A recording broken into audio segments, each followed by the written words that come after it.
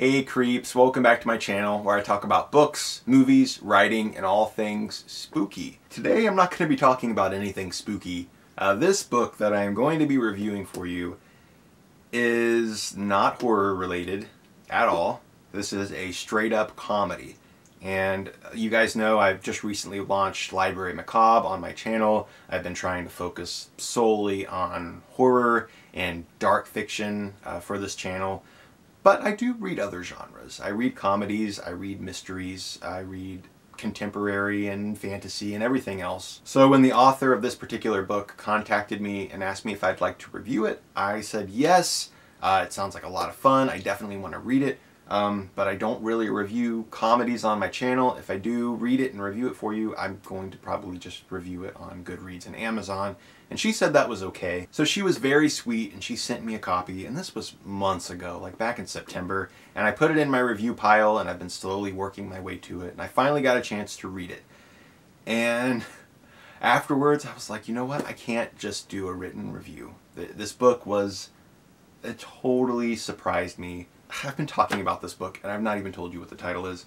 It is called Cars, Coffee, and a Slightly Used Casket. This is by Casey Hilton. It is the second book in the Julia Carr series. I read the first book of the Julia Carr series last year. It was called Cars, Coffee, and a Badass Ninja Toilet.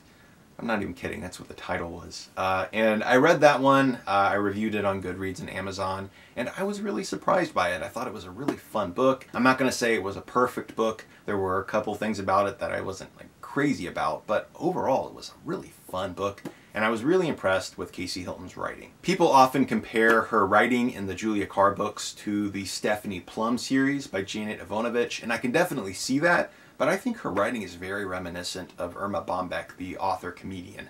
Her writing is just so full of personality. It feels so relatable. So when I read Cars, Coffee, and a Badass Ninja Toilet, I just thought it was hysterical. And the book follows a character named Julia Carr, who is a car dealership owner. So there's kind of a pun there with her last name. And she owns the dealership with her husband. And basically it just follows Julia Carr going about her day at this car dealership, just having one crazy experience after the other. And I knew while reading that book that there were a ton of autobiographical aspects to it, because the author, Casey Hilton, actually does own a car dealership with her husband in real life. So I think that's why the book felt so relatable, is because the author really relates to it. She's taking, you know, true life experiences and kind of weaving it into the story. Even though I've never worked on a car dealership, I know next to nothing about cars, I still was like 100% invested in the story. So needless to say, I was really excited to check out the second book. So the book is a lot like the first book in that it still follows Julia Carr. She still works at her dealership. She still has crazy experiences with all of the customers, but then it just expands on it. It looks at her town that she lives in as a whole. It shows all of the different quirky characters that live around town. It's definitely a lot like a cozy mystery in that way. For instance, there's a funeral home called Amagon Funeral Home, and it is run by a man named Ash Deadman. So there are all kinds of puns throughout the book that I really appreciated. There's this character named Donna that Julia Carr used to go to school with. And back in high school, she was like all popular and everything. But now as an adult, she's completely crazy and nobody in town knows what's wrong with her. It's like her mind just broke or something.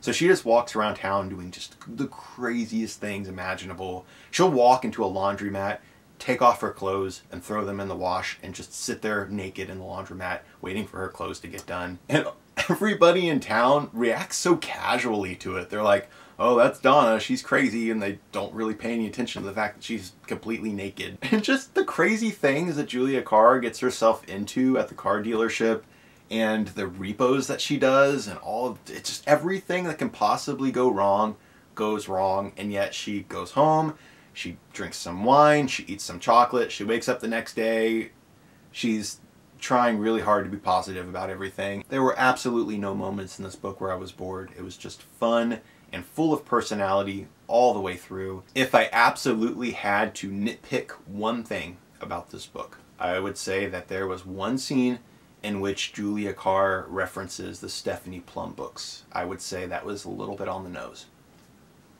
That's it. That's all I can say. I cannot say anything negative about this book. I thought it was just so fun. And I'm really surprised by that because it's about a car dealership. Like I said, I know nothing about cars. I know nothing about car dealerships. I would not think that would be the kind of book that I would just absolutely devour, but it is. I don't know. There's something just so charismatic about Casey Hilton's writing that it just makes you want to keep eating it like chocolate. And not only is it funny and full of personality, but there's so much heart loaded into it as well. There is a storyline of this kid who breaks into her car dealership and he's gonna rob her, but he gets caught.